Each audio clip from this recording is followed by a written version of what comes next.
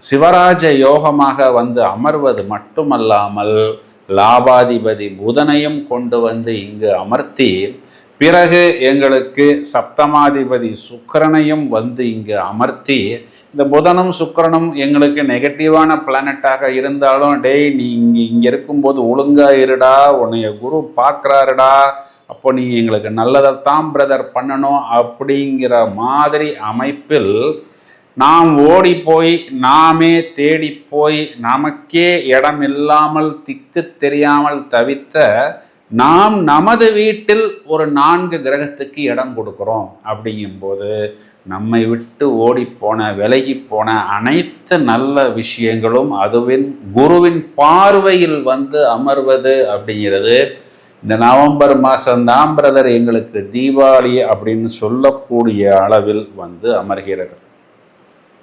ராசியில் செவ்வாய் திரும்பவும் கெத்து, விட்ட விஷயங்களை திரும்ப பிடிப்பது, இதெல்லாம் நமக்கு மேலும் மேலும் அனுகூலத்தை கொடுக்கும்.